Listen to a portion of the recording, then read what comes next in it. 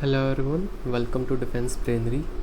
So guys, in today's session हम बात करने वाले हैं इंडियन जुडिशरी के बारे में, जहाँ से हमारे एफकेट, सीडीएस, एनडीए, यहाँ से इनमें हमारे पॉलिटी में क्वेश्चन आते हैं।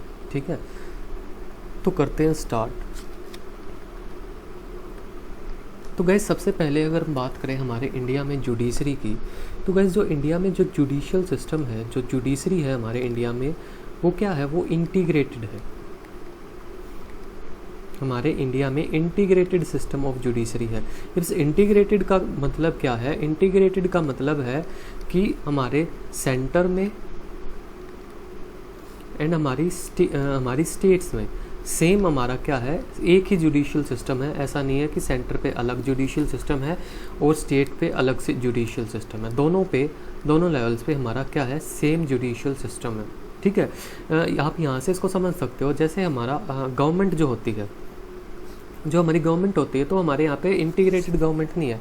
हमारे यहाँ पे ड्यूअल सिस्टम है, मतलब यूनियन में अलग गवर्नमेंट है, स्टेट में अलग गवर्नमेंट है।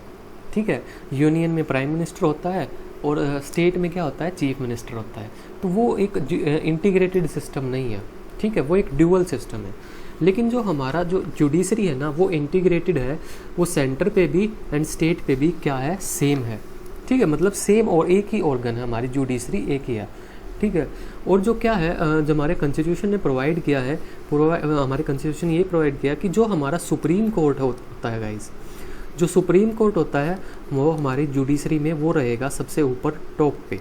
ठीक है, एंड देन उसके नीचे हाई कोर्ट रहेंगे हमारे इसके subordinate, and then high court के सबऑर्डिनेट होंगे नीचे डिस्ट्रिक्ट कोर्ट्स। तो इंडियन जुडिशरी इंटीग्रेटेड सिस्टम है, जिसमें हमारा सुप्रीम कोर्ट होता है टॉप पे, देन सब ऑर्डिनेट होते हैं उसके हाई कोर्ट। जितने भी हाई कोर्ट हमारे, वो क्या हैं, वो हमारे सुप्रीम कोर्ट के सब ऑर्डिनेट हैं। ठीक है, एंड बाकी डिस्ट्रिक्ट कोर्ट्स और जो छोटे मोटे कोर्ट्स हैं वो हमारे हाई कोर्ट के सब ऑर्डिनेट हैं। ठीक है, तो ये हमारा इंडियन जुडिशरी सिस्टम।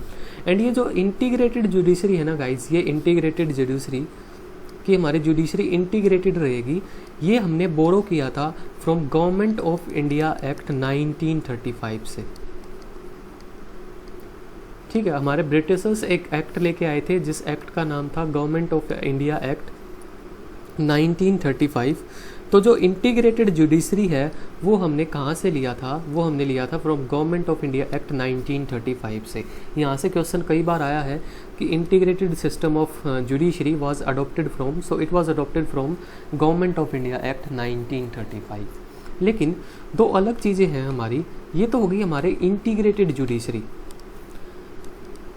ये तो हो गया हमारा कंसेप्ट इंटीग्रेटेड जुडिशरी का, जो कि हमने लिया था किससे, गवर्नमेंट ऑफ इंडिया एक्ट 1935 से। लेकिन दो और कंसेप्ट आते हैं हमारे। एक है हमारा इंडिपेंडेंट जुडिशरी, कि जो हमारी जुडिशरी है वो हमारी इंडिपेंडेंट रहेगी, वो किसी पे डिपेंड नहीं है। ठीक है, एंड दूसरा हमारा एक जुडिशियल रिव्यू। अब ये जुडिशियल रिव्यू क्या होता है, ये हम आगे इसी चैप्टर में डिस्कस करेंगे। तो गाइस, ये दोनों कंसेप्ट, ठीक है, बिल्कुल इंटीग्रेटेड जुडिशरी से बिल्कुल ये अलग है।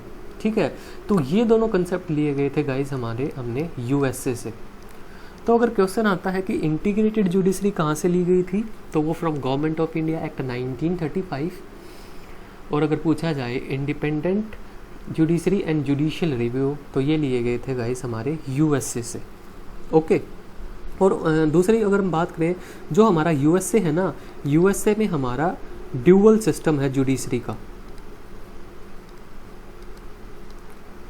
हमारे यूएसए में इंटीग्रेटेड सिस्टम नहीं है। वहाँ पे एक हमारा फेडरल सिस्टम है जो कि यूनियन लेवल पे काम करता है, एक वहाँ पे उनका एक स्टेट सिस्टम है जो स्टेट लेवल पे काम करता है। जैसे वहाँ पे जो यूएसए है वहाँ पे सिटीजनशिप भी डबल है, सेंटर लेवल पे अलग है, स्टेट लेवल पे अलग है।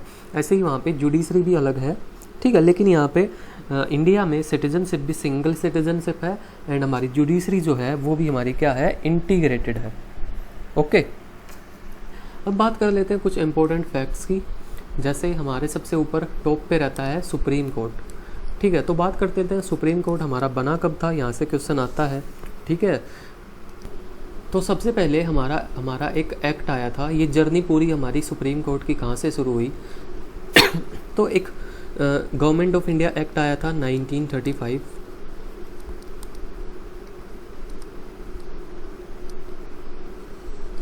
ठीक है, गवर्नमेंट ऑफ इंडिया एक्ट 1935 ने एस्टैब्लिश किया था इंडिया के अंदर, जिसका नाम था फेडरल कोर्ट ऑफ इंडिया।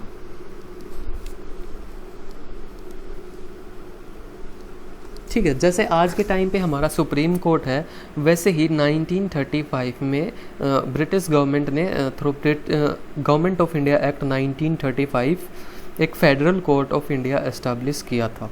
ठीक है, बाद में आफ्टर इंडिपेंडेंस इस फेडरल कोर्ट ऑफ इंडिया को रिप्लेस कर दिया गया by supreme court of India. उसी का नाम नहीं बदला गया था, उसको क्या किया गया था, सुप्रीम कोर्ट ऑफ इंडिया ने क्या कर दिया था, रिप्लेस किया गया था, replaced by supreme court of India. ठीक है, which was inaugurated on 28th of January 1950। तो यहाँ से भी क्वेश्चन आता है कि सुप्रीम कोर्ट ऑफ इंडिया सबसे पहले तो किसको रिप्लेस करके आया था, फेडरल कोर्ट ऑफ इंडिया को रिप्लेस किया था, एंड इनॉग्रेट किया गया था supreme court of India on 28th of January 1950। ठीक है, यहाँ से डेट इम्पोर्टेंट है, डेट के बारे में यहाँ से क्वेश्चन आता है हमारा। ओके, तो ऐसे ही इसी का काउंटर पार्ट हम बात कर लेते हैं। जैसे हमने पढ़ रहे हैं सुप्रीम कोर्ट ऑफ इंडिया की, ऐसे ही रिलेट करके हम बात करेंगे। ऐसे ही हम बात करते हैं हाई कोर्ट की। ठीक है, कि हाई कोर्ट को कैसे इस्टेब्लिश किया गया था। तो सबसे पहले इतना तो आपको पता है कि सुप्रीम कोर्ट हमारा एक ही होता है हमारी पूरी कंट्री में, यूनियन लेवल पे। ठीक है, वैसे ही हमारी हाई कोर्ट जो होता है वो हर स्टेट में होता है एक। ठीक है, हर एक स्टेट में हमारा अपना क्या होता है, खुद का हाई कोर्ट होता है। सबसे ऊपर आता है हमारा सुप्रीम कोर्ट, देन उसका सब ऑर्डिनेट हमारे क्या होते हैं, हर स्टेट में हमारे हाई कोर्ट्स। ठीक है, एंड उसके नीचे हमारे होते हैं नीचे डिस्ट्रिक्ट कोर्ट्स। अब कितनी स्टेट्स में कितने हाई कोर्ट हैं, हर स्टेट में एक है, एक से ज़्यादा है, या किसी स्टेट में कुछ भी नहीं है, ये हम आगे डिस्कस करेंगे। पहले ये देख लो बस, स्टेट्स में हाई कोर्ट होता है एंड यूनियन लेवल पे क्या होता है, सुप्रीम कोर्ट होता है। ठीक है, तो जैसे हमने देखा, हमने फेडरल कोर्ट बनाया था by government of India act 1935। तो हम देख लेते हैं कि हमने हाई कोर्ट कैसे इस्टेब्लिश किया था। ठीक है, तो सबसे पहले 1866 में हमारे इंडिया के अंदर 3 हाई कोर्ट बनाए गए। सबसे पहले इन द ईयर 1866 सबसे पहले इंडिया के अंदर 3 हाई कोर्ट एस्टेब्लिश किए गए थे। कहाँ कहाँ पे, कलकत्ता, उस टाइम पे कलकत्ता को हम बोलते थे Calcutta, Bombay, Calcutta high court, Bombay high court and Madras high court. तो सबसे पहले इन द ईयर 1866 हमारे इंडिया के अंदर 3 हाई कोर्ट एस्टेब्लिश किए गए, Calcutta high court, Bombay high court and Madras high court. Later sorry ये 1866 नहीं आएगा, दिशा ये आएगा 1862। सबसे पहले इन द ईयर 1862 हमारे इंडिया के अंदर 3 हाई कोर्ट एस्टेब्लिश किए गए, Calcutta high court, Bombay high court and Madras high court. ठीक है, उसके बाद लेटर इन द ईयर 1866 हमारे इंडिया के अंदर 4th हाई कोर्ट जो है वो एस्टेब्लिश किया गया, वो था हमारा इलाहाबाद हाई कोर्ट।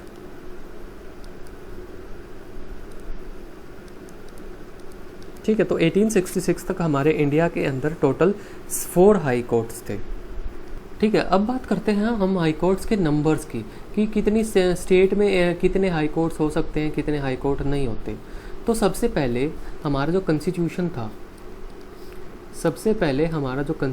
था, हमारे कॉन्स्टिट्यूशन ने बोला कि हर स्टेट में ना एक हाई कोर्ट होना चाहिए। Each state should have 1 high court.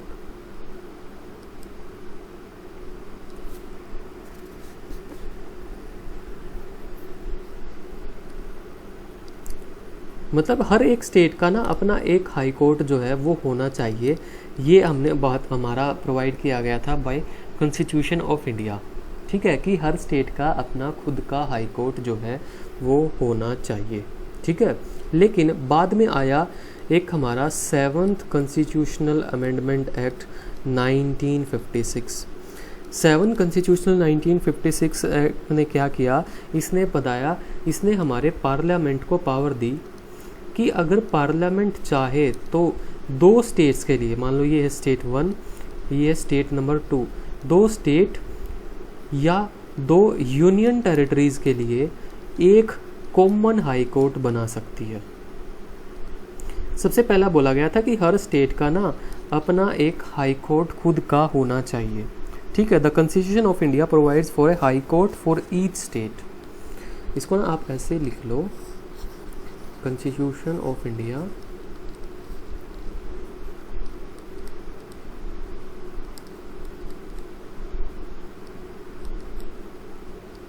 Provides for a high court for each state. सबसे पहले हर स्टेट में हाई कोर्ट बनाने के लिए बोला गया कॉन्स्टिट्यूशन ने, लेकिन बाद में 7th कॉन्स्टिट्यूशनल अमेंडमेंट एक्ट 1956 ने पार्लियामेंट को ये पावर दे दी कि जो हमारी पार्लियामेंट है ना, वो चाहे तो 2 स्टेट या 2 से ज़्यादा स्टेट्स या यूनियन टेरिटरी के लिए एक कॉमन हाई कोर्ट जो है वो बना सकती है।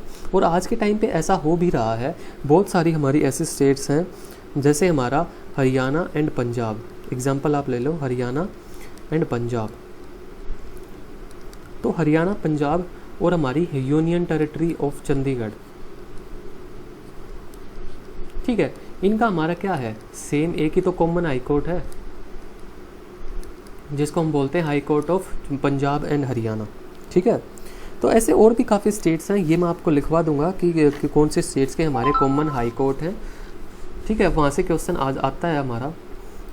और अगर बात करें आज के टाइम पे, ठीक है, सो एज पर 2019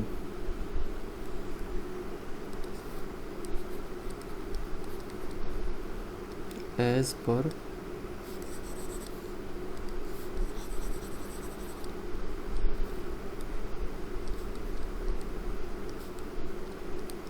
2019 हमारे इंडिया के अंदर 25 हाई कोर्ट्स हैं, ठीक है।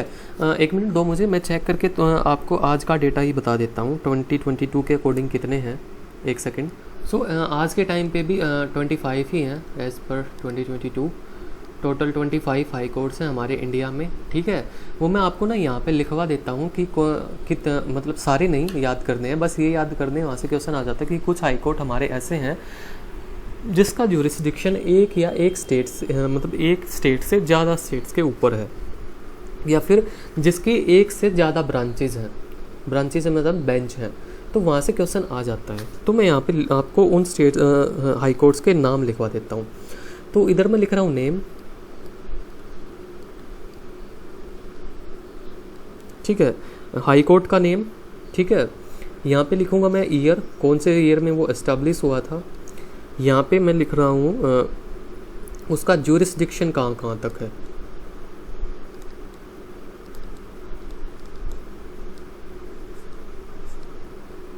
एंड यहाँ पे लिखूँगा वो कहाँ पे हमारी उसकी सीट कहाँ पे है, मतलब वो लोकेटेड कहाँ पे है, एंड यहाँ पे अगर उसकी कोई ब्रांचेज मतलब बेंच है या नहीं है किसी और स्टेट में या किसी और जगह पे। तो एक एक करके सारे डिस्कस करते हैं। सबसे पहले बात करते हैं अपनी इलाहाबाद हाई कोर्ट की।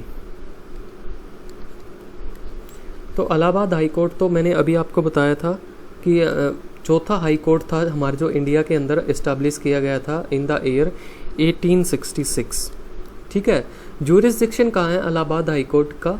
इलाहाबाद हाई कोर्ट का ज्यूरिसडिक्शन है गाइस इन यूपी, केवल और केवल यूपी में इसका ज्यूरिसडिक्शन है, ठीक है। इसकी सीट है इलाहाबाद में, मतलब ये कहाँ पे है, इलाहाबाद में है, ठीक है। एंड इसकी एक बेंच है गाइस, इलाहाबाद हाई कोर्ट की बेंच है लखनऊ में। यहाँ से क्वेश्चन आता है तो याद रखेंगे कौन से हाई कोर्ट की सीट का मतलब कि वो हाई कोर्ट लोकेटेड कहाँ पे है, एंड बेंच का मतलब उसकी कोई दूसरी ब्रांच कहाँ पे है, ठीक है। जैसे बैंक होते हैं, एक मेन ब्रांच होती है, बाकी अलग ब्रांच होती हैं, ऐसे, ठीक है। उसके बाद बात करते हैं बॉम्बे हाई कोर्ट की। तो बॉम्बे हाई कोर्ट उन 3 हाई कोर्ट्स में से है जो सबसे पहले इन द ईयर 1862 में इंडिया के अंदर बनाए गए थे। तो कब बना था? इन द ईयर 1862, ठीक है। इसका ज्यूरिसडिक्शन जो है, इसका ज्यूरिसडिक्शन है गाइस सबसे पहले महाराष्ट्र, गोवा, दादरा एंड नगर हवेली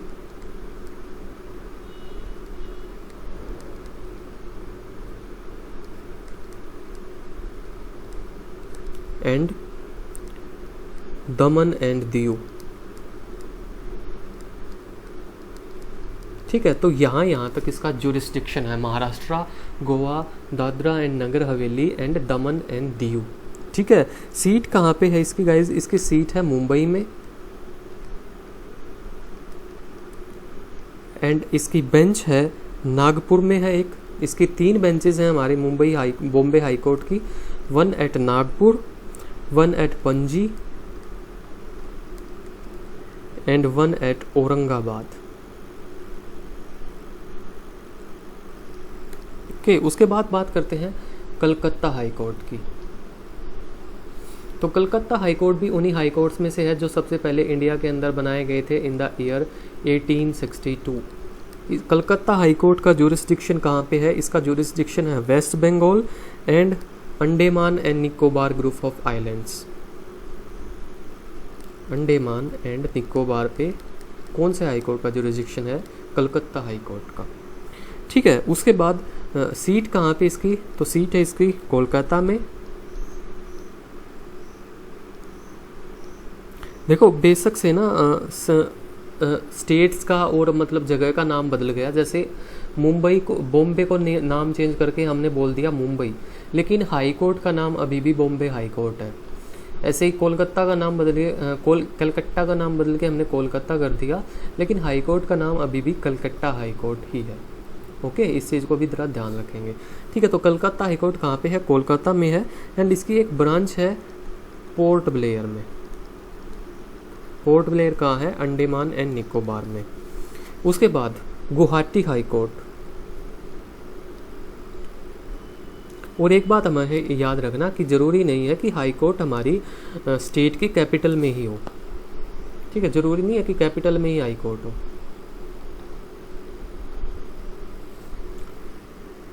जैसे असम की कैपिटल गुवाहाटी नहीं है, लेकिन गुवाहाटी में क्या है? उसका हाई कोर्ट है। तो गुवाहाटी हाई कोर्ट बना था इन द ईयर 2000 में बना था। ठीक है, गुवाहाटी हाई कोर्ट 2000 में नहीं, सॉरी गुवाहाटी हाई कोर्ट आपका बना था गाइज इन द ईयर 1948। वो 2000 में आपको छत्तीसगढ़ का बोल गया। ठीक है, इसका जो जुरिस्डिक्शन है गुवाहाटी हाई कोर्ट का सबसे पहले तो कहाँ पे है? इसकी खुद की स्टेट असम में। ठीक है, उसके बाद इसके आसपास की स्टेट्स हैं नागालैंड, मिजोरम एंड अरुणाचल प्रदेश। तो यहाँ तक इसका क्या है? 4 स्टेट पे इसका क्या है? जुरिस्डिक्शन है। किसका? गुवाहाटी हाई कोर्ट का। उसके बाद है कहाँ पे? ये गुवाहाटी में ही है। ठीक है, गुवाहाटी हाई कोर्ट कहाँ पे है? गुवाहाटी में है। और इसकी जो बेंच है गाइज, इसकी एक बेंच है कोहिमा। यहाँ से एक बार CDS 2021 में इसी से गुवाहाटी हाई कोर्ट से रिलेटेड क्वेश्चन आया था कि गुवाहाटी स्टेटमेंट देके कि इसकी ब्रांचेस कहाँ कहाँ हैं, तो वो दिया था ऑप्शन में Guwahati high court branch has Kohima. ठीक है, ऐसे करके कुछ क्वेश्चन आया था। तो इसकी ब्रांचेस हैं कोहिमा, एजवॉल एंड ईटानगर में। ठीक है, उसके बाद नेक्स्ट हम बात करते हैं high court of Jammu and Kashmir.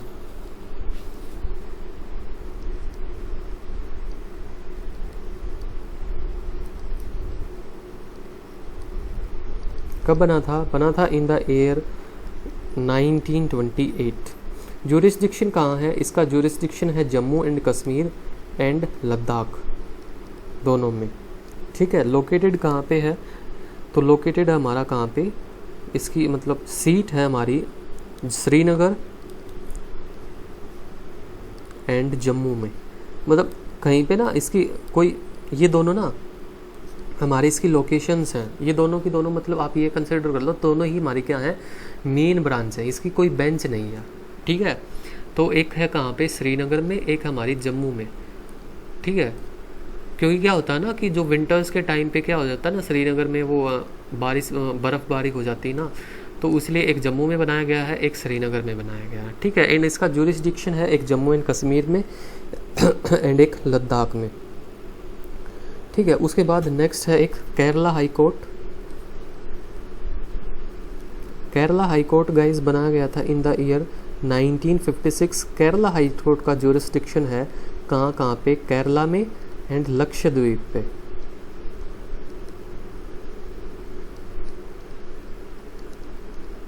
ठीक है। एंड कहाँ पे है, तो केरला में ही एक जगह है जिसका नाम है एर्नाकुलम, ठीक है। ये इसका क्या है, सीट है, मतलब लोकेशन है, ठीक है। बेंच वगैरह कुछ नहीं है इसकी, ठीक है। बेंच होगी ना जो मैं आपको बोल के बता दूंगा। उसके बाद नेक्स्ट है Madras high court. Madras high court guys बनाया गया था इन द ईयर 1862। 1862 में बनाया गया था, ठीक है। मद्रास हाई कोर्ट का जो जुरिस्डिक्शन है वो है तमिलनाडु एंड पुदुचेरी में, पुदुचेरी, तमिलनाडु और पुदुचेरी में है। इसकी जो सीट है गाइस, मतलब कहाँ पे लोकेटेड है, तो ये है चेन्नई में, उसकी भी कोई बेंच नहीं है। उसके बाद लास्ट में है एक Punjab and Haryana high court.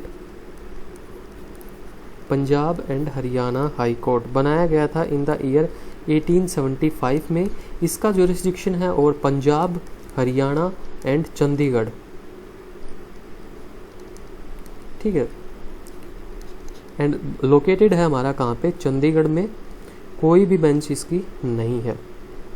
उसके बाद लास्ट में है हमारा एक Delhi high court.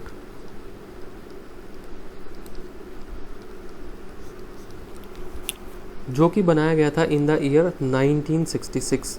Delhi high court का जुरिस्डिक्शन है गाइस दिल्ली में, ठीक है। लोकेशन भी कहाँ पे है, दिल्ली में ही है, कोई बेंच नहीं है। लेकिन यहाँ से इम्पोर्टेंट क्या है कि दिल्ली हमारी ओनली यूनियन टेरिटरी है जिसके पास अपना खुद का हाई कोर्ट है, ठीक है। तो यहाँ से क्वेश्चन आ सकता है the only union territory which has its own high court, तो वो है हमारा दिल्ली। बाकी सारी यूनियन टेरिटरीज का खुद का नहीं है, वो दूसरों के साथ क्या है, मर्ज कर रखी हैं, ठीक है। So Delhi is the only union territory to have its own high court. तो ये सब ज़रा आप ध्यान रखेंगे, ठीक है। इम्पोर्टेंट मैंने आपको सारे ये बता दिए हैं, लेकिन अगर आपको सारे 25 के 25 पढ़ने हैं तो उनका पढ़ने का कोई फ़ायदा नहीं है। मैंने जितने लिखवाए हैं इनको ज़रूर आप पढ़ के जाना, ठीक है। क्वेश्चन आना होगा तो यहीं से आ जाएगा। 25 के 25 पढ़ के कोई फ़ायदा नहीं है क्योंकि वो याद भी नहीं होंगे। और अगर आपको पढ़ने हैं तो हमारी बुक है लक्ष्मीकांत की बुक है। लक्ष्मीकांत में बुक में पेज नंबर है 34.9 लेटेस्ट एडिशन में, ठीक है। वहाँ पे 25 के 25 हाई कोर्ट जो हैं उनकी जो है लिस्ट दे रखी है, वहाँ से आप देख सकते हैं, ओके। चलो नेक्स्ट हम बात करते हैं जजेस के बारे में कि हाई कोर्ट में कितने जज होते हैं, सुप्रीम कोर्ट में कितने जज होते हैं, क्या क्वालिफ़िकेशंस होती हैं, कौन अपॉइंट करता है, सब कुछ, ठीक है। तो high court and supreme court दोनों को एक साथ लेके चलेंगे। इधर बात करते हैं सुप्रीम कोर्ट की, इधर बात करते हैं हाई कोर्ट की। तो सबसे पहले बात करते हैं टोटल स्ट्रेंथ की। तो स्ट्रेंथ की अगर हम बात करें, मतलब हमारे सुप्रीम कोर्ट के अंदर कितने जज होते हैं टोटल, तो गाइस हमारे सुप्रीम कोर्ट की गाइस टोटल स्ट्रेंथ होती है 34, जिसमें से 33 तो होते हैं हमारे जज, प्लस एक होता है हमारे चीफ जस्टिस ऑफ इंडिया। तो टोटल स्ट्रेंथ होती है 34। उसके बाद जो हमारा हाई कोर्ट होता है, हाई कोर्ट की जो स्ट्रेंथ है, एक तो होता है chief justice of high court, बाकी होते हैं अदर जजेस, ठीक है, जो कि हमारे डिसाइड करते हैं प्रेसिडेंट साहब फ्रॉम टाइम टू टाइम कि कितने अदर जजेस होंगे, ओके। लेकिन सुप्रीम कोर्ट का जो है वो फिक्स है कि सुप्रीम कोर्ट की टोटल स्ट्रेंथ जो होती है वो होती है 34, ठीक है। पहले क्या होता था, पहले अप टू 2019 तक टोटल 31 जो थी वो टोटल स्ट्रेंथ थी, ठीक है। 2019 में वो स्ट्रेंथ को बढ़ा के 31 से कितना कर दिया गया, 34 कर दिया गया, ठीक है। अब हम बात करते हैं अपॉइंटमेंट की, कि अपॉइंट कौन करता है। इधर सुप्रीम कोर्ट की बात करते हैं, तो सुप्रीम कोर्ट के जजेस को गाइस अपॉइंट करने का काम करते हैं प्रेसिडेंट। एंड जो कि हमारी जुडिशरी जो है वो इंटीग्रेटेड होती है, तो इंटीग्रेटेड जुडिशरी होने की वजह से हाई कोर्ट के जजेस को भी अपॉइंट करने का काम प्रेसिडेंट साहब ही करते हैं। आप हमेशा से इसको रटते आए होंगे कि आप पजल हो जाते होंगे कई बार कि प्रेसिडेंट किसको अपॉइंट करता है, गवर्नर किसको अपॉइंट करते हैं।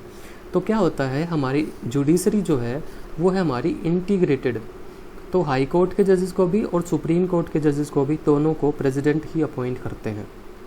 ठीक है, जो गवर्नर होते हैं ना गाइस, गवर्नर अपॉइंट करते हैं डिस्ट्रिक्ट जज को, ठीक है, लेकिन हाई कोर्ट के जज को अपॉइंट करने का काम कौन करते हैं, प्रेसिडेंट करते हैं। ठीक है, अब बात करते हैं प्रेसिडेंट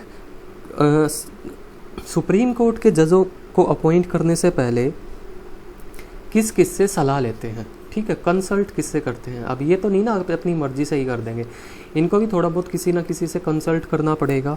ठीक है, तो सबसे पहले अगर अपॉइंट करना है चीफ जस्टिस ऑफ इंडिया को, अगर चीफ जस्टिस ऑफ इंडिया को अपॉइंट करना है तो प्रेसिडेंट साहब हमारे किससे कंसल्ट करते हैं, प्रेसिडेंट कंसल्ट करते हैं, या तो वो कंसल्ट करेंगे फ्रॉम जज ऑफ सुप्रीम कोर्ट के किसी जज की सलाह लेंगे, या फिर किसी हाई कोर्ट के जज की सलाह लेंगे, जैसा कि उनको ठीक लगे।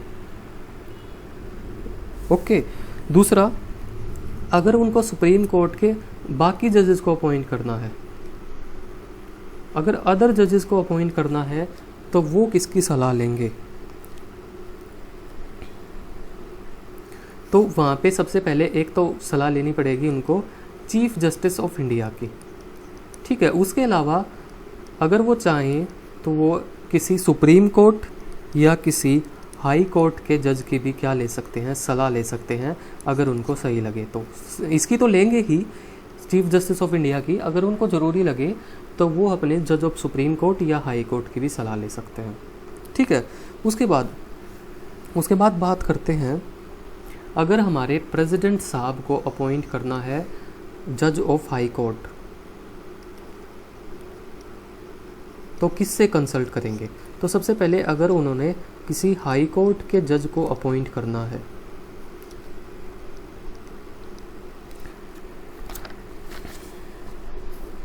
तो वो सलाह लेंगे उस स्टेट का जो चीफ जस्टिस होगा, उसकी, chief justice of that state.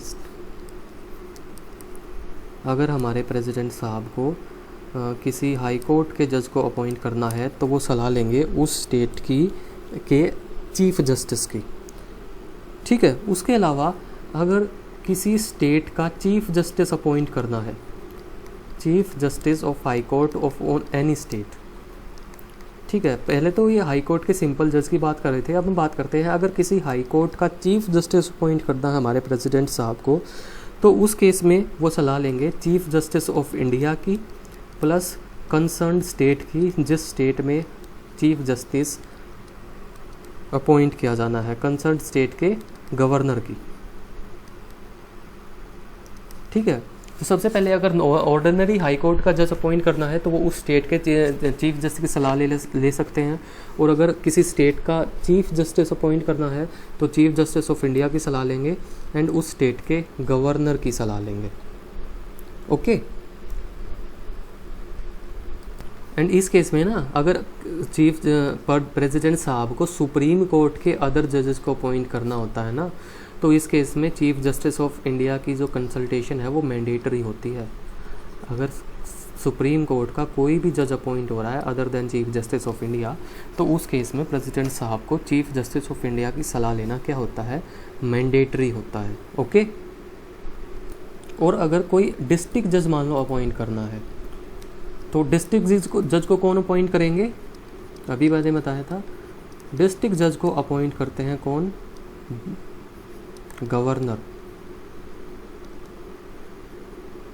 District जज को अपॉइंट करते हैं गवर्नर, एंड उस केस में जो गवर्नर होते हैं वो कंसल्ट करते हैं स्टेट के चीफ जस्टिस से या स्टेट के हाई कोर्ट से। ठीक है, ये क्वेश्चन इस बार CAPF में आया था। तो हाई कोर्ट जज और सुप्रीम कोर्ट के जजेस को अपॉइंट करते हैं प्रेसिडेंट, एंड डिस्ट्रिक्ट जज को अपॉइंट करते हैं governor after in consultation with state high court. Okay, अब हम बात करते हैं क्वालिफिकेशंस की, कि किन लोगों को जज जो है वो अपॉइंट किया जा सकता है। ठीक है, तो क्वालिफिकेशंस की बात करते हैं। इधर डिस्कस करते हैं सुप्रीम कोर्ट, इस साइड सुप्रीम कोर्ट, इस साइड हाई कोर्ट वाले की बात करते हैं।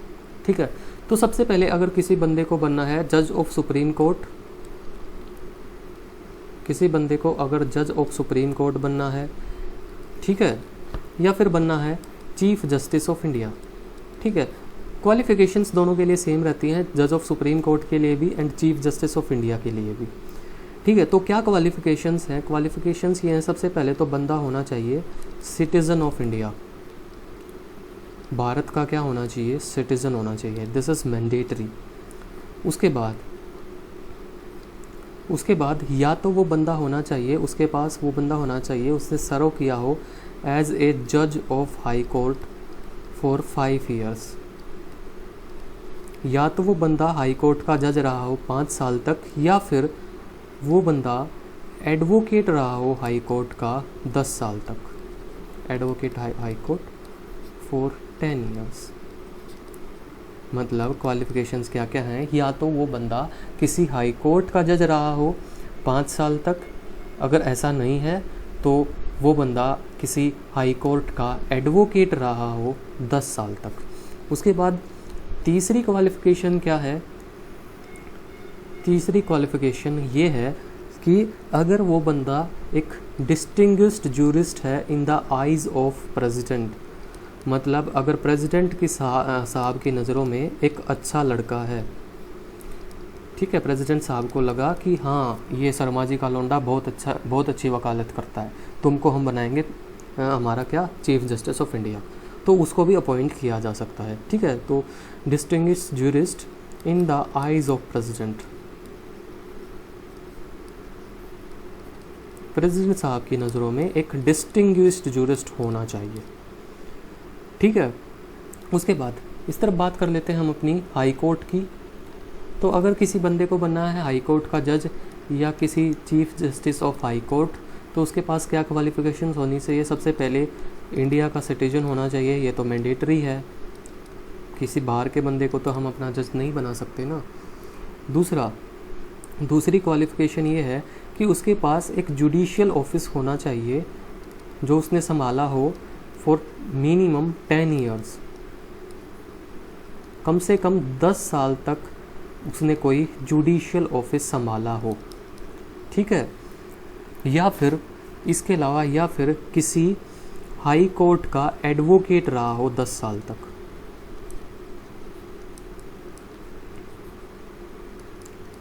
क्या क्वालिफिकेशंस होनी चाहिए? या तो 10 साल तक उसने कोई जुडिशियल ऑफिस संभाला हो, या फिर 10 साल तक वो जज रहा हो किसका? किसी हाई कोर्ट का। ठीक है, तो ये होगी। अब हम बात करते हैं एज लिमिट की, इधर सुप्रीम कोर्ट इधर हाई कोर्ट। तो सुप्रीम कोर्ट की जो एज लिमिट है गाइस, तो सुप्रीम कोर्ट की जो एज लिमिट है वो मैक्सिमम एज लिमिट होती है up to 65 years of age, high court के केस में होती है up to 62 years, and tenure जो होता है हमारे जजेस का वो हमारे कॉन्स्टिट्यूशन में मेंशन्ड नहीं है, तो वो डिसाइड करते हैं कौन? हमारे प्रेसिडेंट साहब। ठीक है, लेकिन कॉन्स्टिट्यूशन में ना कुछ भी टेन्योर हमारा मेंशन्ड नहीं है। ठीक है, मैक्सिमम एज लिमिट मेंशन्ड है कि 65 के बाद उनको रिटायर होना पड़ेगा, एंड स्टेट हाई कोर्ट के केस में 62 year। ओके, उसके बाद अगर उनको रिजिग्नेशन देना है, रिज़ाइन करना है, तो रिज़ाइन बंदा किसको करता है? जिसने उसको अपॉइंट किया हो। तो रिज़ाइन को किसको कर सकते हैं? प्रेसिडेंट साहब को।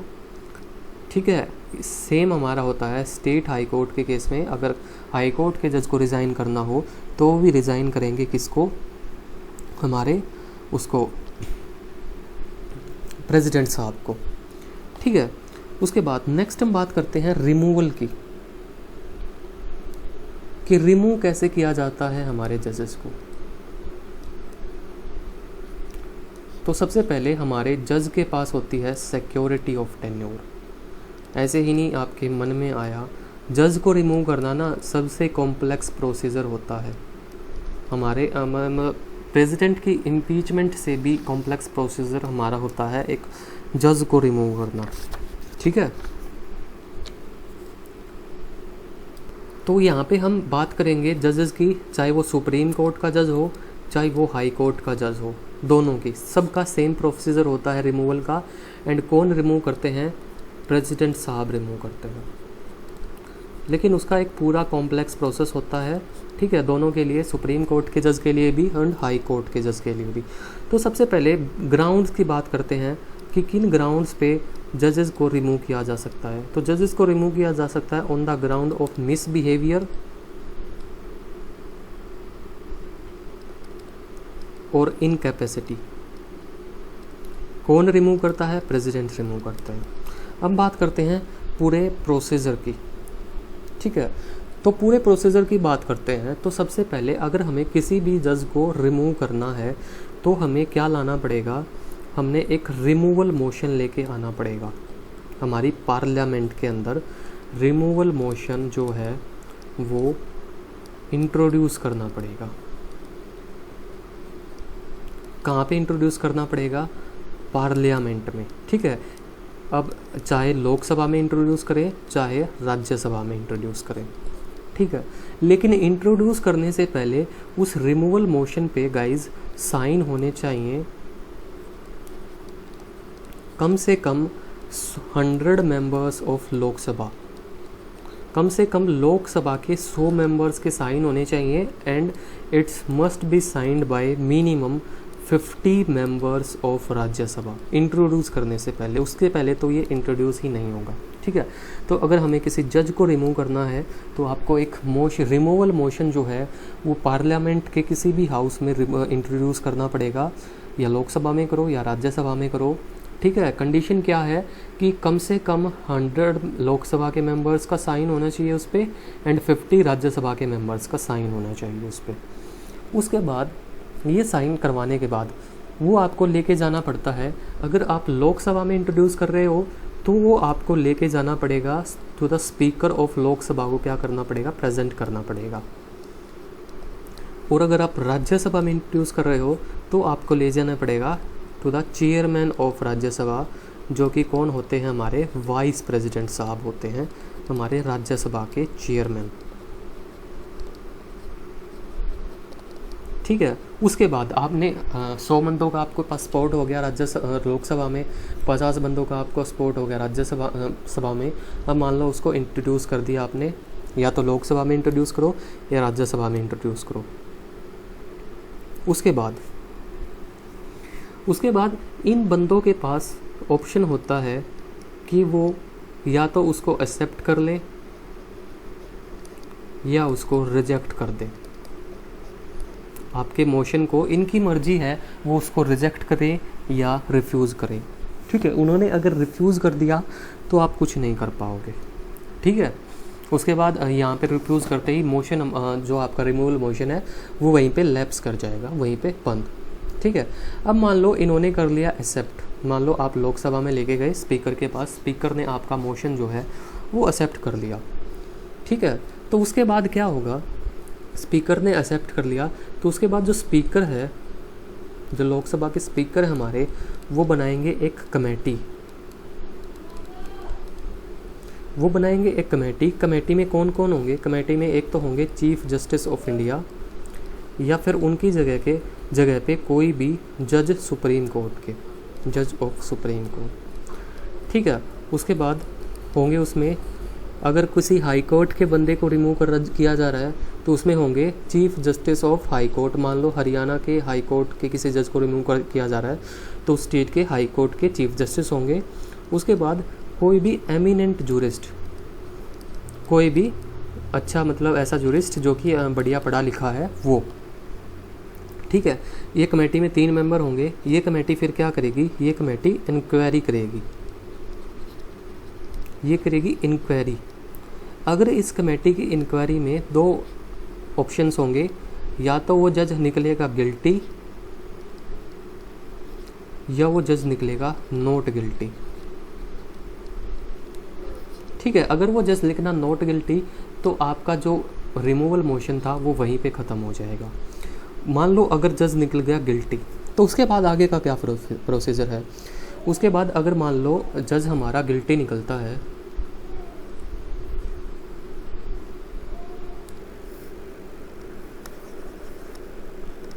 तो अगर वो हमारी इंक्वायरी में मिलता है गिल्टी, तो आपको फिर वो मोशन जो है, जो रिमूवल मोशन जो आप लेके आए थे, जो रिमूवल मोशन आप लेके आए थे, उसको आपको पास कराना पड़ता है from both the houses of parliament.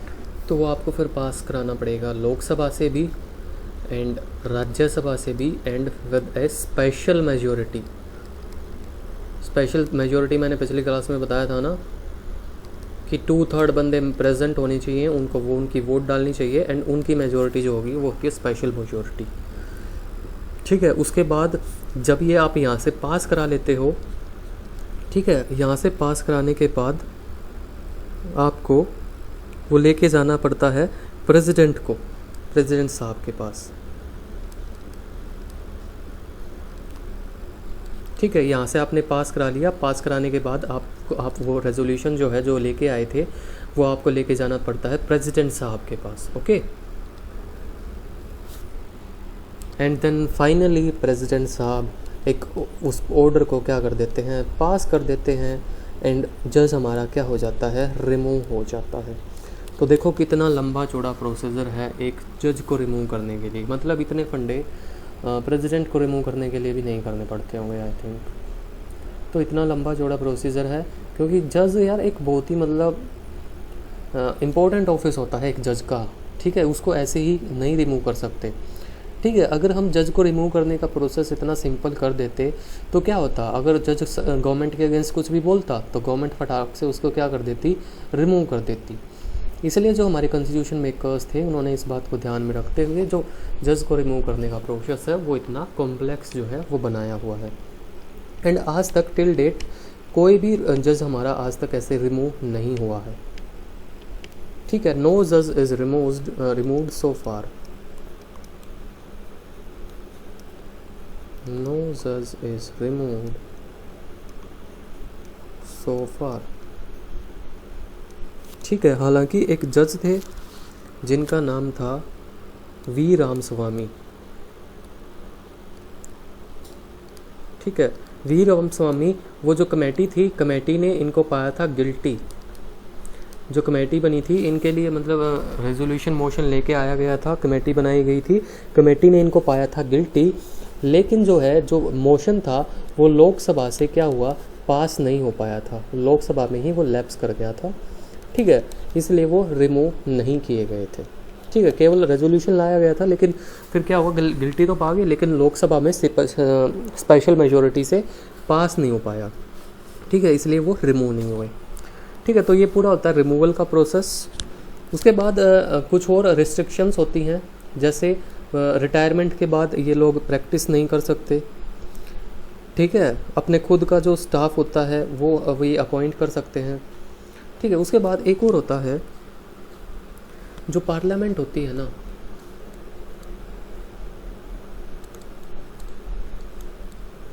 Parliament जो होती है वो कोर्ट के जुरिस्डिक्शन को करटेल नहीं कर सकती, can not curtail the jurisdiction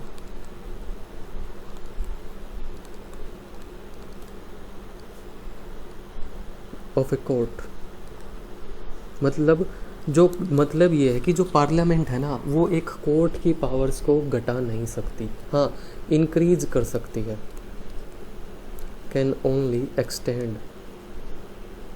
ठीक है, तो ये इस वजह से भी हमारे जजेस, जो कोर्ट है उनके पास जो पावर्स हैं वो थोड़ी सी स्पेशल हो जाती है, कि जो पार्लियामेंट होती है वो इनके जुरिस्डिक्शन को घटा नहीं सकती, केवल और केवल बढ़ा सकती है। ठीक है, तो ये था आपके high court and supreme court के बारे में। मैक्सिमम क्वेश्चन जो आते हैं वो यहीं से आते हैं। ठीक है, आई होप आपको ये समझ में आया होगा। ओके, उसके बाद हमारे जो सुप्रीम कोर्ट होता है गाइस एंड जो हाई कोर्ट होता है, इनके ना कुछ ज्यूरिसडिक्शंस होते हैं। ज्यूरिसडिक्शंस मतलब इनके पास क्या क्या पावर होती हैं। ठीक है, तो सबसे पहले बात करते हैं jurisdiction of supreme court. Supreme court की जो पावर कितनी होती है, मतलब अगर कोई भी ये इस ज्यूरिसडिक्शन के मतलब इनमें से अगर कोई भी काम हो जाता है देश के अंदर, कुछ भी हो जाता है, तो उसके ऊपर क्या जो सुप्रीम कोर्ट है क्या अपना जो ऑर्डर है वो दे पाएगा, क्या उसमें अपनी टांग जो है वो अड़ा पाएगा। ये होता है मतलब ज्यूरिसडिक्शन का मतलब।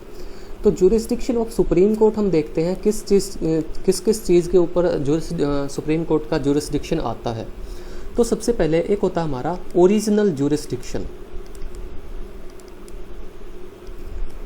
ओरिजिनल ज्यूरिसडिक्शन में क्या होता है, ओरिजिनल ज्यूरिसडिक्शन में वो चीज़ें आती हैं, अगर मान लो इसमें से अगर जो भी चीज़ें हमने डाली, अगर उन चीज़ों में से देश के अंदर कुछ भी हो गया तो हमारा सुप्रीम कोर्ट है उसके ऊपर डायरेक्टली बिना किसी से पूछे उसके ऊपर ऑर्डर दे सकता है।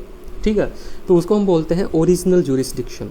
तो guys original jurisdiction of supreme court में आता है कोई भी डिस्प्यूट अगर हो गया सेंटर या स्टेट के बीच में, या सेंटर या मोर देन वन स्टेट्स के बीच में अगर कोई भी डिस्प्यूट होता है, ठीक है, तो वो आता है गाइस हमारे किस में, ओरिजिनल ज्यूरिसडिक्शन में। ठीक है, तो अगर सेंटर या स्टेट के बीच में कोई डिस्प्यूट होता है तो सुप्रीम कोर्ट उसमें अपना ज्यूरिसडिक्शन दे सकता है, अपना ऑर्डर दे सकता है। उसके अलावा अगर किसी स्टेट्स के बीच में, दो स्टेट के बीच में या दो से ज़्यादा स्टेट्स के बीच में कोई लफड़ा हो गया तो उस केस में भी हमारा जो सुप्रीम कोर्ट है वो जो ज्यूरिसडिक्शन अपना दे सकता है।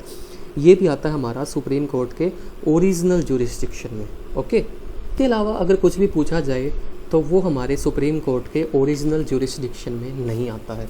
तो ना यहाँ से ना ऑप्शन लेके आएगा एंड लिख देगा which of the following subject does not comes under the original jurisdiction of supreme court. तो बस केवल दो चीज़ें आती हैं ओरिजिनल ज्यूरिसडिक्शन में, सेंटर या स्टेट के बीच में कोई डिस्प्यूट, या सेंटर या एक से ज़्यादा स्टेट के बीच में कोई डिस्प्यूट, या स्टेट या दो से ज़्यादा स्टेट्स के बीच में भी कोई डिस्प्यूट।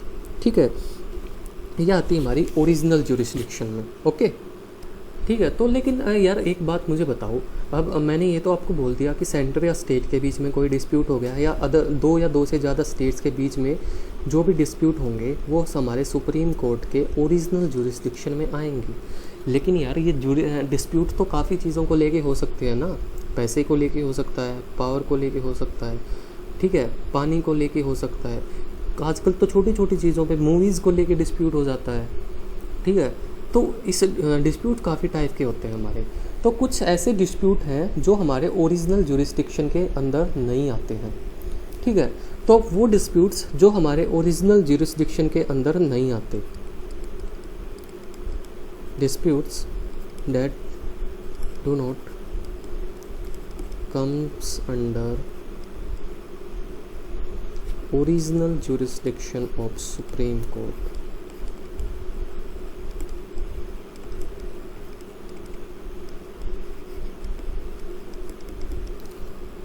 तो सबसे पहले वो चीज़ें हम यहाँ पे देखेंगे कि जिनको जो अगर इन चीज़ों के ऊपर डिस्प्यूट हो गया ना तो फिर वो ओरिजिनल ज्यूरिसडिक्शन के अंदर नहीं आएंगे।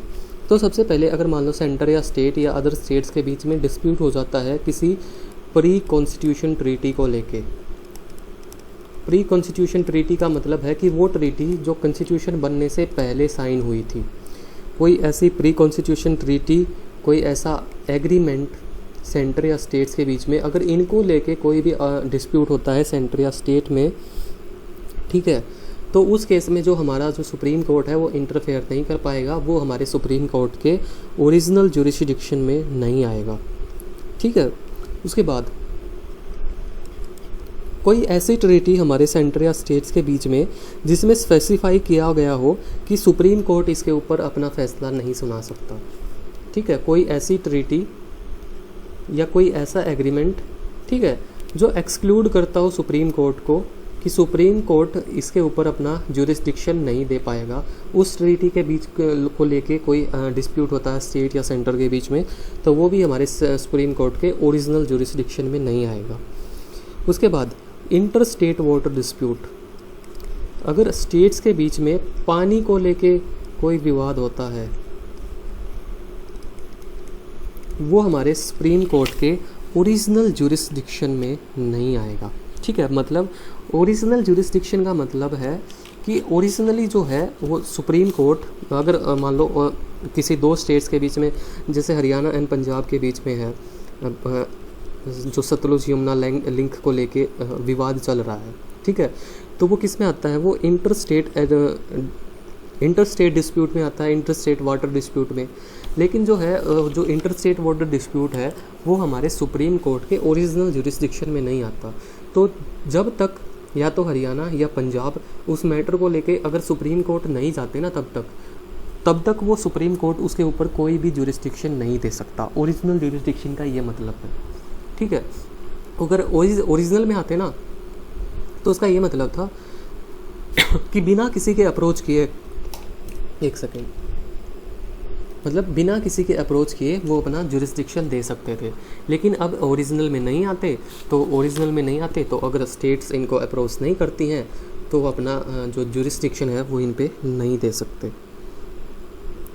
ठीक है, उसके बाद अगर फाइनेंस कमीशन से रिलेटेड कोई भी मैटर है, matter related to finance commission,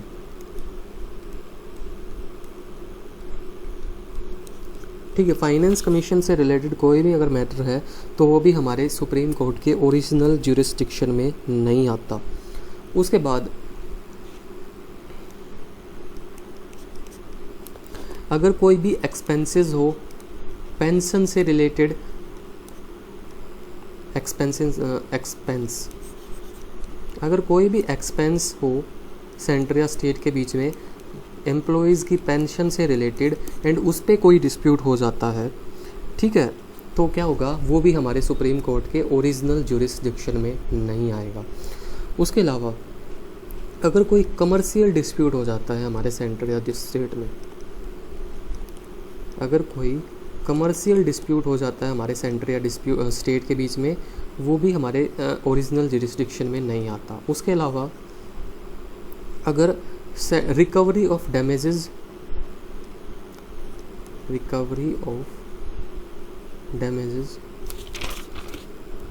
bye a state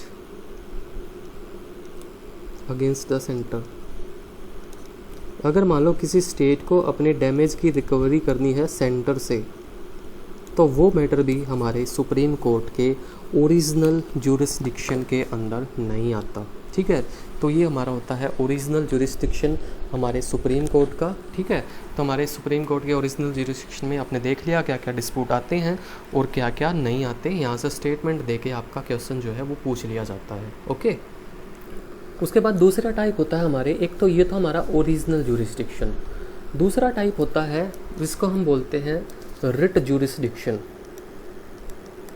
writ jurisdiction, अब ये रिट क्या होता है, कुछ नहीं होता, रिट का सिंपली मतलब होता है ऑर्डर। ठीक है, ऑर्डर काफ़ी बोरिंग वर्ड हो गया था, तो थोड़ा सा एस्थेटिक बनाने के लिए हमने ऑर्डर को रिप्लेस कर दिया रिट के साथ। ठीक है, तो सबसे पहले जो रिट जुरिस्डिक्शन होता है वो सुप्रीम कोर्ट के पास भी होता है, वो हाई कोर्ट के पास भी होता है, लेकिन फ़र्क इतना है कि जो सुप्रीम कोर्ट का जो रिट जुरिस्डिक्शन होता है वो होता है मेंशन्ड इन आर्टिकल नंबर 32, जो कि अपने आप में एक फंडामेंटल राइट है। ठीक है, एंड हाई कोर्ट का जो रिट जुरिस्डिक्शन होता है वो है हमारा अंडर आर्टिकल नंबर 226, जो कि एक फंडामेंटल राइट नहीं है। ठीक है, तो अब इसका क्या मतलब है, इसका ये मतलब है कि जो हमारा सुप्रीम कोर्ट है ना, सुप्रीम कोर्ट हमारा रिट इशू करता है एंड हाई कोर्ट भी हमारा रिट इशू करता है। रिट मतलब ऑर्डर।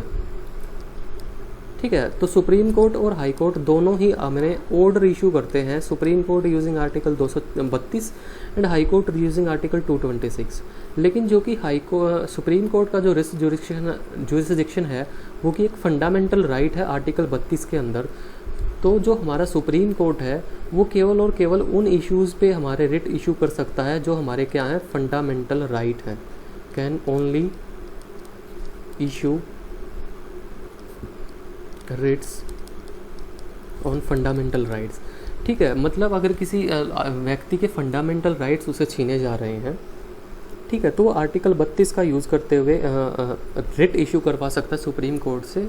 ठीक है, तो सुप्रीम कोर्ट रिट इशू कर सकता है केवल उन राइट से जो कि आपके फंडामेंटल राइट है। ठीक है, लेकिन आर्टिकल 226 हमारा एक फंडामेंटल राइट नहीं है, तो हाई कोर्ट सभी टॉपिक्स पे अपनी क्या कर सकता है, रिट इशू कर सकता है। ठीक है, तो यहाँ से एक क्वेश्चन बनता है कि जो सुप्रीम कोर्ट का रिट ज्यूरिसडिक्शन होता है वो छोटा होता है as compare to high court. High court का रिट ज्यूरिसडिक्शन जो है वो बड़ा होता है। ठीक है, तो यहाँ से स्टेटमेंट की दे के क्वेश्चन आता है कि writ jurisdiction of supreme court it's smaller than that of high court. तो स्टेटमेंट वो बिल्कुल सही है। ठीक है, सुप्रीम कोर्ट का रिट ज्यूरिसडिक्शन छोटा होता है, वो केवल और केवल फंडामेंटल राइट्स पे रिट इशू कर सकता है, लेकिन हाई कोर्ट का रिट ज्यूरिसडिक्शन जो है वो बड़ा होता है, वो फंडामेंटल राइट्स के अलावा बाकी टॉपिक्स पे भी हमारा क्या कर सकता है, रिट इशू कर सकता है। ओके, अब बात करते हैं ये रिट होती क्या क्या है। उसके अलावा एक और डिफरेंस होता है। ठीक है, ये मैं डिटेल में लिखवा देता हूँ आपको। यहाँ पे है सुप्रीम कोर्ट की रिट्स, यहाँ पे है हाई कोर्ट की रिट्स। ठीक है, सुप्रीम कोर्ट रिट इशू करता है यूजिंग आर्टिकल नंबर 32 जो कि एक क्या है, फंडामेंटल राइट है। हाई कोर्ट रिट इशू करता है यूजिंग आर्टिकल 226। ठीक है, सुप्रीम कोर्ट रिट इशू कर सकता है only on fundamental rights. High court writ issue कर सकता है ऑन एनी टॉपिक। ठीक है, सुप्रीम कोर्ट रिट इशू कर सकता है उस बंदे के लिए जो हमारी इंडिया की टेरिटरी में कहीं भी रहता हो, इंडियन टेरिटरी में कहीं भी रहता हो, हरियाणा में, पंजाब में, चंडीगढ़ में, दिल्ली में, कहीं भी अगर वो बंदा रहता है वो सुप्रीम कोर्ट जाता है तो उसके लिए हमारा सुप्रीम कोर्ट क्या कर सकता है, वो रिट इशू कर सकता है। लेकिन हाई कोर्ट केवल उस एरिया में, मान लो अगर हरियाणा का अगर हाई कोर्ट है, Haryana and Punjab high court है, तो Haryana and Punjab high court का जो ज्यूरिसडिक्शन है वो कहाँ पे है, हरियाणा में है, पंजाब में है, चंडीगढ़ में है। ठीक है, तो Haryana and Punjab high court केवल हरियाणा, पंजाब एंड चंडीगढ़ के अंदर रिट इशू कर सकता है। मतलब कि हाई कोर्ट जो है वो रिट इशू कर सकता है only with in its territorial jurisdiction. ठीक है, हरियाणा का हाई कोर्ट यूपी में जाके रिट इशू नहीं कर सकता। ठीक है, लेकिन सुप्रीम कोर्ट कहीं भी कर सकता है, ये डिफरेंस है। ठीक है, तो अगर टेरिटोरियल ज्यूरिसडिक्शन की बात करें तो सुप्रीम कोर्ट का ज्यूरिसडिक्शन बड़ा है क्योंकि वो इंडिया की टेरिटरी में कहीं भी कर सकते हैं। लेकिन अगर वैसे बात करें पावर्स के हिसाब से तो हाई कोर्ट का बड़ा है क्योंकि हाई कोर्ट किसी भी टॉपिक पे रिट इशू कर सकता है, लेकिन सुप्रीम कोर्ट केवल और केवल फंडामेंटल राइट्स पे इशू कर सकता है। अब हम बात करते हैं इनके रिट्स के टाइप की। तो रिट्स के ना कुछ टाइप होते हैं कि कितने टाइप की रिट्स होती है, मतलब कितने टाइप के ऑर्डर होते हैं। तो ये रेट हमारी सेम होती है सुप्रीम कोर्ट के केस में भी और हाई कोर्ट के केस में भी। तो सबसे पहले रिट होती है जिसका नाम है habeas corpus. Habeas corpus, habeas corpus का गाइस मतलब होता है, इसका meaning to have the body of. अभी बॉडी का मतलब ये नहीं कि डेड बॉडी, मतलब कि सबसे पहले ये रिट जो है ये इशू की जाती है अगेंस्ट अनलॉफुल डिटेंशन। अगर किसी बंदे को पुलिस ने उठा लिया है, ठीक है,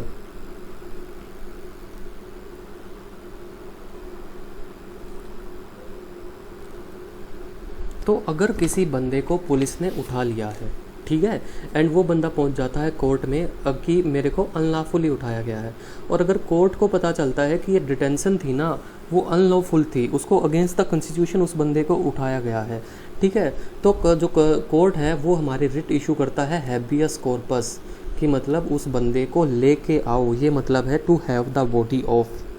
ठीक है, तो अगर किसी बंदे को अनलॉफुली उठा लिया जाता है, ठीक है, तो कोर्ट जो है रिट इशू करता है कि to have the body of, कि उस बंदे को हमारे सामने लेके आओ, ठीक है। और अगर वो गिल्टी नहीं पाया जाता है, अगर उसकी डिटेंशन है अनलॉफुल पाई जाती है, तो उस बंदे को क्या कर दिया जाता है, फ्री कर दिया जाता है, ठीक है। एंड ये इशू हो सकती है अगेंस्ट, ये रिट जो है ये हम इशू कर, हमारे जो कोर्ट है ये इशू कर सकते हैं किसी भी पब्लिक अथॉरिटी या पब्लिक बॉडी या किसी भी प्राइवेट इंडिविजुअल के अगेंस्ट भी ये रिट जो है वो इशू की जा सकती है, ठीक है। तो सबसे पहले हैबियस कॉर्पस मतलब होता है to have the body of, ठीक है। प्रोटेक्शन देती है अगेंस्ट अनलॉफुल डिटेंशंस, अगर किसी बंदे को अनलॉफुली उठा लिया, डिटेन कर लिया गया है, तो वो हमारा कोर्ट जो है वो रिट इशू करता है कि उस बंदे को लेके आओ, ठीक है। और अगर वो अनलॉफुल होती है तो उस बंदे को रिलीज़ कर दिया जाता है, ठीक है। दूसरी होती है मैंडेमस, दूसरी रिट का नाम है मैंडेमस। इसका लिटरली मतलब होता है वी कमांड, मतलब हम ऑर्डर देते हैं। क्या ऑर्डर देते हैं, ठीक है। तो इसमें क्या ऑर्डर देते हैं, अगर कोई भी हमारा पब्लिक ऑफिशियल है, कोई भी अगर हमारा पब्लिक ऑफिशियल है, अगर वो अपना काम सही से नहीं कर रहा है और कोर्ट को ये बात पता चल गई, तो वो हमारे रिट इशू करते हैं अगेंस्ट दैट पब्लिक ऑफिशियल कि भाई अपना काम ढंग से करो वरना नौकरी से निकाल देंगे, ठीक है। तो ये रिट इशू करते हैं हमारे कोर्ट, ठीक है। किसी पब्लिक ऑफिशियल को बोलते हैं to perform his duty properly. अगर कोई भी पब्लिक ऑफिशियल अपनी ड्यूटी प्रॉपरली नहीं कर पा रहा तो कोर्ट उसको कमांड करती है या तो अपना काम सही से करो वरना सामान बांध के अपना निकल लो, ठीक है। तो ये मतलब होता है इसका मैंडेमस का, ठीक है। तो ये किस किस के अगेंस्ट इशू की जा सकती है, तो सबसे पहले ये इशू की जा सकती है किसी भी पब्लिक बॉडी के अगेंस्ट। अगर कोई भी पब्लिक बॉडी है वो अपना काम सही से नहीं कर पा रही तो मैंडेमस के रिट इसके अगेंस्ट इशू की जा सकती है। उसके अलावा कोई भी अगर हमारी कॉरपोरेशन है, ठीक है, उसके अगेंस्ट इशू की जा सकती है। कोई भी हमारा लोअर कोर्ट है उसके अगेंस्ट इशू की जा सकती है, मतलब सुप्रीम कोर्ट इशू कर सकता है लोअर कोर्ट को, हाई कोर्ट इशू कर सकता है डिस्ट्रिक्ट कोर्ट को, ठीक है। ये तो हो गई किसके अगेंस्ट इशू की जा सकती है। अब बात करते हैं किसके अगेंस्ट इशू नहीं की जा सकती, ठीक है। तो कोई भी अगर मान लो प्राइवेट इंडिविजुअल है उसके अगेंस्ट आप हैबियस कॉर्पस की रिट जो है वो इशू नहीं कर सकते। मान लो आप कोई प्राइवेट जॉब करते हो तो सुप्रीम कोर्ट आपको ये नहीं बोल सकता भी अपनी जॉब ढंग से करो, ठीक है, क्योंकि वो प्राइवेट जॉब है। जिसने आपको हायर किया वो बोलेगा ना आपको, सुप्रीम कोर्ट क्यों बोलेगा, सुप्रीम कोर्ट के अंडर थोड़ी काम कर रहे हो आप, ठीक है। तो प्राइवेट इंडिविजुअल्स के अगेंस्ट ये इशू नहीं की जा सकती, प्राइवेट बॉडीज़ के अगेंस्ट ये इशू नहीं की जा सकती, ठीक है। लेकिन अगर आप कोई पब्लिक बॉडी है और पब्लिक सेक्टर में आप काम कर रहे हो तो आपके अगेंस्ट इशू की जा सकती है। उसके अलावा if the duty is discretionary, if the duty is discretionary, इसका क्या मतलब है, इसका मतलब अगर जो आप काम कर रहे हो, ठीक है, वो आपके ऊपर मतलब ज़रूरी नहीं है आप अपनी मर्ज़ी से कर रहे हो, आप छोड़ भी सकते हो कर भी सकते हो, छोड़ोगे तो कोई फ़र्क नहीं पड़ेगा, ठीक है, अपनी मर्ज़ी से कर रहे हो, ठीक है। तो अगर आपकी बॉडी डिस्क्रिशनरी है तो आपके ऊपर वो रिट इशू नहीं की जा सकती, ठीक है, आपकी मर्ज़ी है, आप उसको छोड़ के जा सकते हो उस काम को। उसके अलावा president, governor, chief justice of India and chief justice of high court के अगेंस्ट आप ये रिट इशू नहीं कर सकते। आप प्रेसिडेंट को ही नहीं बोल सकते कि अपना काम ढंग से करो, ठीक है, ना ही आप गवर्नर को बोल सकते कि अपना काम अच्छे से करो, ठीक है, ना आप चीफ जस्टिस ऑफ इंडिया को बोल सकते हैं, ना आप चीफ जस्टिस हाई कोर्ट को बोल सकते, ठीक है। तो ये थी हमारी हैबियस कॉर्पस। तीसरी रिट है हमारी प्रोहिबिशन। तो नाम से ही पता चल रहा है ये क्या करती है, ये प्रोहिबिट करती है, रोकती है, ठीक है। मतलब होता है मीन्स टू फॉरबिड, किसी को कुछ करने से रोकना। तो मतलब ये इशू की जाती है जनरली कोई लोअर कोर्ट मान लो है, ठीक है, वो अपनी औकात से बाहर जा रहा है, ठीक है। मान लो हमारा दिल्ली हाई कोर्ट है, ठीक है, जिसका ड्यूरिसडिक्शन केवल और केवल दिल्ली में है, ठीक है। लेकिन अगर वो सलाह दे रहा है अपनी कि देखो यार केरला में गलत हो रहा है, वो कह रहा है देखो केरला में गलत हो रहा है, ठीक है, हमें यहाँ पे कुछ करना चाहिए, ठीक है, लेकिन केरला उसके ज्यूरिसडिक्शन में नहीं आता और वहाँ फिर भी वो अपनी सलाह दे ही जा रहा है। तो जो हायर कोर्ट है ना, मतलब जो सुप्रीम कोर्ट है, वो दिल्ली हाई कोर्ट को क्या कर सकता है, प्रोहिबिट कर सकता है कि भाई साहब अपनी औकात में रहो, जो तुम्हारे दिल्ली में तुम्हारे केसेस है ना उन पे ध्यान रहो, केरला में ध्यान देने के लिए केरला है वरना हम हैं, ठीक है। तो ये जनरली इशू की जाती है किसी को अपनी औकात से बाहर जाने से रोकने के लिए, अगर कोई अपनी औकात से बाहर जा रहा है, ठीक है, तो ठीक है, तो ये केवल और केवल जुडिशियल बॉडी या फिर केवल और केवल जुडिशियल या फिर क्वासी जुडिशियल बॉडीज़ के अगेंस्ट इशू की जा सकती है, मतलब कोर्ट्स वगैरह के अगेंस्ट ही ये क्या की जा सकती है, इशू की जा सकती है, ठीक है। उसके अलावा जितने भी प्राइवेट बॉडीज़ होती हैं, हमारा सरकार हमारी होगी, ठीक है, कोई भी प्राइवेट बॉडी, हमारी एग्जीक्यूटिव मतलब हमारी सरकार, ठीक है, या फिर हमारा पार्लियामेंट, ठीक है, इनके अगेंस्ट ही जो है ये जो है लेजिस्लेचर, मतलब इनके अगेंस्ट जो है ये प्रोहिबिशन की रिट जो है इशू नहीं की जा सकती। आप सरकार को नहीं बोल सकते कि केरला में क्या केरला की तरफ मत ध्यान दो, हम आप देख लेंगे, नहीं, सरकार को तो काम है ना सब चीज़ों का ध्यान रखना, ठीक है। तो नेक्स्ट हमारी 3 रिट होगी। नेक्स्ट रिट हमारी रिट नंबर 4 सर, जिसका नाम है सर्चुररी। नेक्स्ट रिट है, नाम है हमारा सर्चुररी।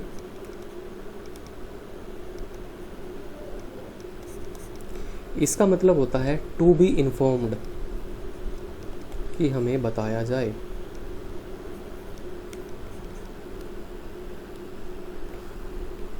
तो ये क्या होता है, ये हमारा इशू करता है कोई भी हायर कोर्ट, किसको इशू करता है, लोअर कोर्ट को।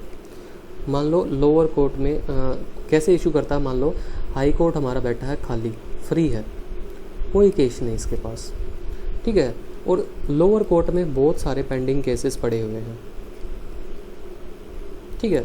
तो सुप्रीम कोर्ट मतलब हायर कोर्ट लोअर कोर्ट को बोलता है कि भाई अपने कुछ केसेस ना हमें ट्रांसफ़र कर दे, क्योंकि अभी हम फ्री बैठे हैं, ठीक है, मतलब हमें उन केसेस के बारे में क्या कर दे, इन्फॉर्म कर दे, ठीक है।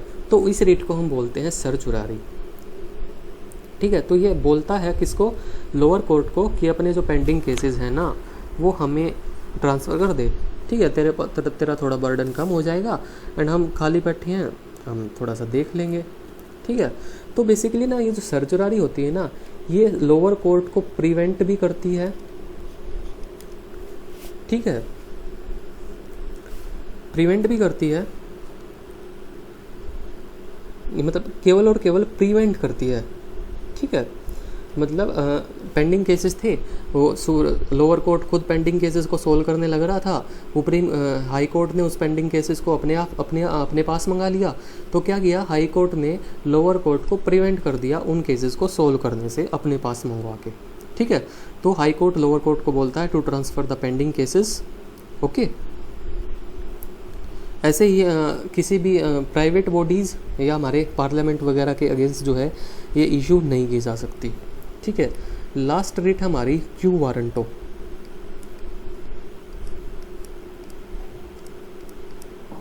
क्यू वारंटो इसका मतलब होता है by what authority,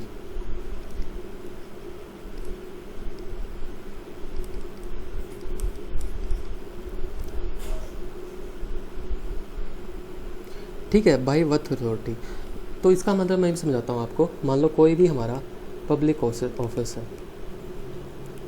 public office है, ठीक है, कोई बंदा आता है उस पब्लिक ऑफिस को क्या करता है, क्लेम करता है कि मैं इस ऑफिस का क्या हूँ, मतलब ये ऑफिस मेरे अंडर काम करेगा, मैं यहाँ पे अपॉइंट किया गया हूँ, ठीक है। अगर कोई बंदा ऐसे आके बोलता है, ठीक है, कि ये अभी पब्लिक ऑफिस मेरे अंडर है, मैं यहाँ पे काम करूँगा, ठीक है, तो क्या होता है ना, सुप्रीम कोर्ट या जो हायर कोर्ट होता है ना, उसको क्या कर सकता है, इंक्वायर कर सकता है कि क्या ये बंदा लेजिटिमेट बंदा है, क्या सच में ये बंदा गवर्नर है वहाँ का, ठीक है, मतलब कोई ऑफिस है, ठीक है, ऑफिस का कोई आता है कि बोलता है मैं इस ऑफिस का बॉस हूँ, ये कोई पब्लिक ऑफिस है, ठीक है। तो सुप्रीम कोर्ट उसको इंक्वायर करता है क्या सच में यहाँ का मतलब बॉस है, ठीक है।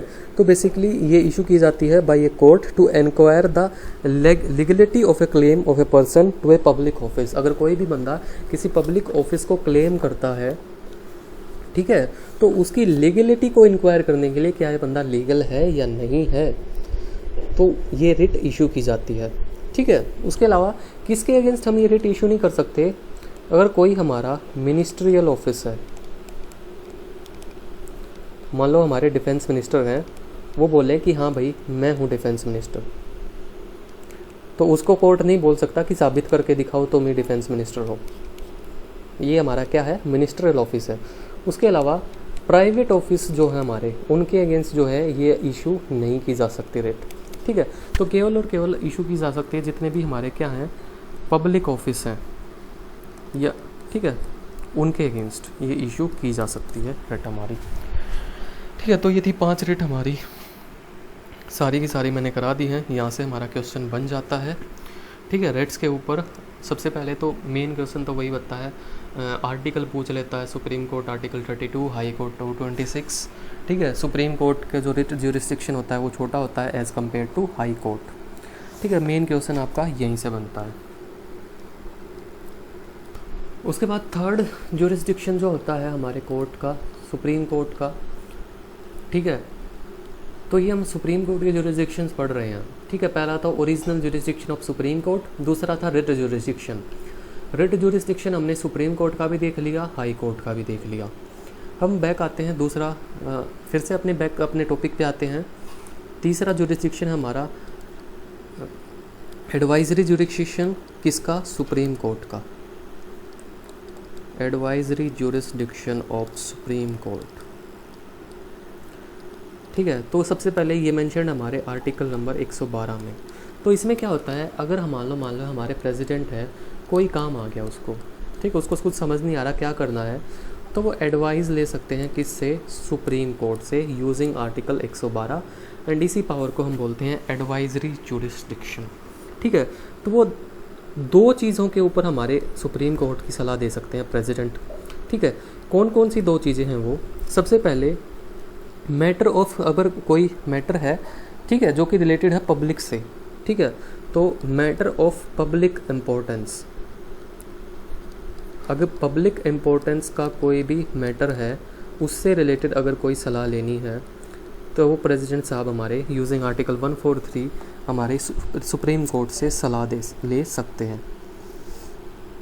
उसके अलावा दूसरी, अगर कोई प्री कॉन्स्टिट्यूशनल ट्रीटी है, मतलब कोई ऐसी ट्रीटी जो कॉन्स्टिट्यूशन के बनने से पहले ही हो चुकी थी, कोई प्री कॉन्स्टिट्यूशनल ट्रीटी या कोई एग्रीमेंट है, इससे रिलेटेड कोई बात आती है, तो उस केस में हमारे प्रेसिडेंट साहब सलाह ले सकते हैं किससे? सुप्रीम कोर्ट से, ठीक है। लेकिन एक बात याद रखना, अगर मैटर ऑफ पब्लिक इम्पोर्टेंस के केस में हमारा जो सुप्रीम कोर्ट है वो रिफ्यूज़ कर सकता है सलाह देने से मना कर सकता है, लेकिन प्री कॉन्स्टिट्यूशनल ट्रीटी के केस में supreme court can not refuse, सलाह देने से मना नहीं कर सकता।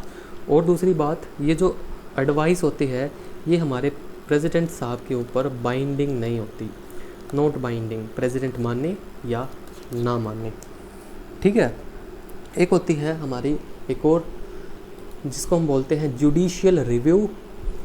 तो सबसे मैंने बताया था ना शुरुआत में जुडिशियल रिव्यू, तो जुडिशियल रिव्यू में क्या होता है? जुडिशियल रिव्यू में मान लो हमारी पार्लियामेंट में या किसी भी स्टेट ने कोई भी लॉ बनाया, ठीक है, कोई भी लॉ बनाया, ठीक है, और अगर मान लो वो लॉ हमारा क्या है, हमारे कॉन्स्टिट्यूशन के अगेंस्ट है, अगेंस्ट द कॉन्स्टिट्यूशन, हमारे कॉन्स्टिट्यूशन को फॉलो नहीं कर रहा, ठीक है, तो हमारे सुप्रीम कोर्ट के पास पावर है कि वो उसको अल्ट्रा वायर डिक्लेयर कर सकती है। अल्ट्रा वायर का मतलब है वॉयलेशन ऑफ कॉन्स्टिट्यूशन। अगर कोई भी लॉ बनाती है स्टेट गवर्नमेंट या कोई भी सेंट्रल गवर्नमेंट जो हमारे कॉन्स्टिट्यूशन के ही अगेंस्ट है, तो सुप्रीम कोर्ट के पास पावर है, वो को क्या कर सकती है, अल्ट्रा वायर डिक्लेयर कर सकती है, मतलब उसको कॉन्स्टिट्यूशन के अगेंस्ट डिक्लेयर कर सकती है। एंड कॉन्स्टिट्यूशन के अगेंस्ट डिक्लेयर करते ही वो लॉ वहीं पे क्या हो जाता है, वॉइड हो जाता है, वहीं पे ख़त्म हो जाता है, इलीगल हो जाता है। ठीक है, तो ये थी कुछ इम्पोर्टेंट ज्यूरिसडिक्शन हमारे किसकी, सुप्रीम कोर्ट की। आई होप आपको समझ आया होगा। ठीक है, तो इसको देखना वीडियो को। ये था हमारा इंडियन जुडिशरी के बारे में। सुप्रीम कोर्ट हमने कवर कर दिया, हाई कोर्ट के बारे में कुछ चीज़ें हमने कवर कर ली। ठीक है, अब आपका क्या काम है, आपको ये वीडियो देखनी है। उसके बाद हमारी लक्ष्मीकांत में चैप्टर है, चैप्टर का नाम है supreme court and high court. दोनों चैप्टर्स को क्या करना है, रीड करना है। ठीक है, वीडियो देखनी है सबसे पहले, पहला स्टेप आपका वॉच द वीडियो। ठीक है, वीडियो देखो, उसके बाद चैप्टर आपको बुक से रीड करना है। उसके बाद कोई भी क्वेश्चन आपसे ऐसा नहीं होगा। ठीक है, ये दोनों स्टेप आपको करने पड़ेंगे। ये दोनों स्टेप करने के बाद एग्ज़ाम में कोई भी क्वेश्चन ऐसा नहीं होगा जो आपसे सोल्व नहीं होगा। ठीक है, एंड अगर स्टिल कोई डाउट आपके पास आए ये करने के बाद, तो यहाँ पे आप मुझे कांटेक्ट कर सकते हैं। ठीक है, I will try my best to clear your doubt. Okay,